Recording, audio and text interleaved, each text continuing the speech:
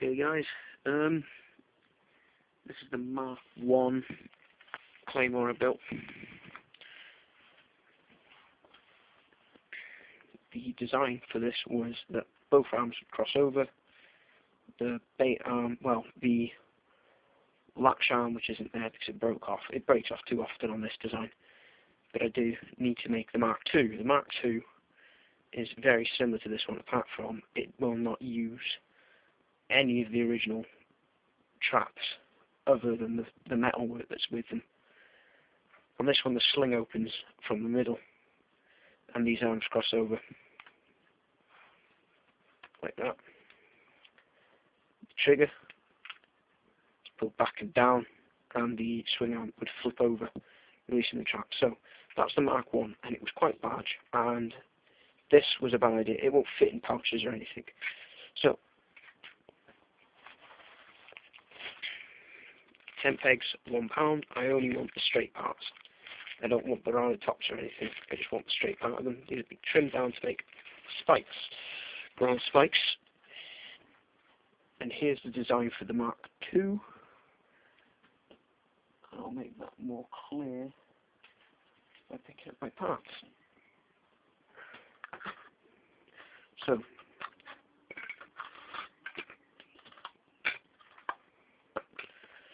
two rat traps,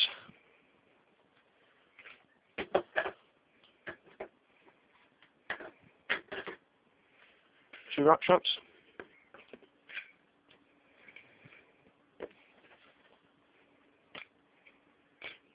and a T-hinge.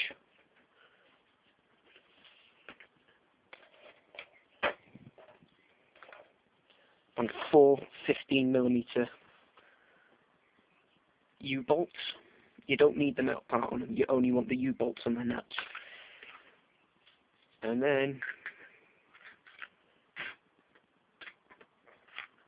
finally you need, when I get to it,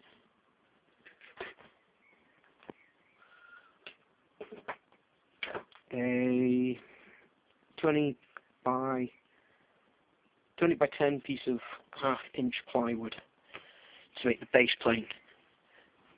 So the way this trap works, if I de-spring it I can show you properly, so hang on a few seconds.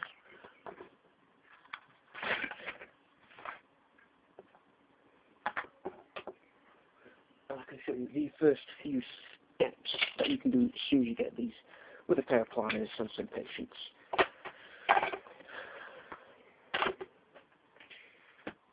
So these traps are going to get stripped down. There isn't going to be any of the wood left on this. I only want the ironmongery, which is the spring and the swing arm. The U-nails aren't getting used. The staples aren't getting used either. The idea behind this, if I do spring these,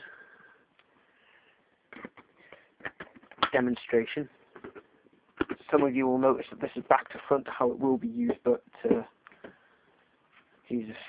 It's only so I can show you exactly how it's going together. So these traps would be the opposite way in actual fact. The way it's going to work is they meet in the middle and the T-hinge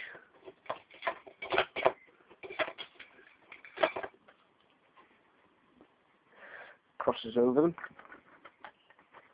to arm the trap, and then using the pieces that you've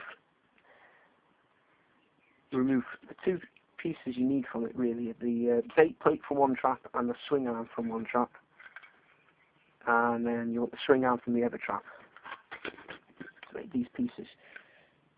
So what happens is this small piece here with the big thick eyelet, you want a big thick one, okay, because the thin ones just break right at the joint there. What that does is it crosses over there, and the bait plate like this. So it works almost like a normal rat trap in the way that the bait's arm works. Using the other swing arm, which is one of these, you cut it down, you bend yourself a staple. That's going to become the new reinforced pivot point for this, because this is going to be used like a staple. Whereas on the bottom of these aren't bent over at the bottom. this will be making it almost permanent for fixing for one of these. Replaceable part, replaceable part. Those are the only two replaceable parts on this. Everything else is proprietary. The spring brakes, get a new trap. The arm brakes, get a new trap. You get a bunch of spare parts too. You get another one of these bait plates, another arm to make spare pieces with. This cost me £13 in total from my local DIY supplier in the village where I live. So the way it's working is these two arms obviously are putting pressure on, pulling up and back. When it opens, this will flick over, and these two will open like this. And then, like with the original trap, it will open up with a sling between it, launching whatever you put in the middle outwards. It'll have twice as much room as this, just over twice as much room. This has got 4 centimeters of room for the shrapnel. This has 10 centimeters of room for shrapnel between the two of these.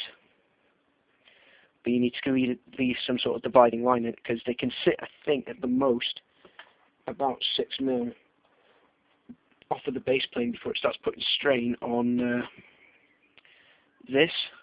However, this is on the trigger side of it all, there's about 10 mil of upward room, because the eyelet sits pretty high on it all. This is just the first video. I'd either be building this tomorrow, if there isn't a build day. Well, sorry, I'll be building this tomorrow if I'm not busy. If I am, I won't be building it this weekend. I'll be building it either next weekend or the weekend after that. Leave a like and subscribe.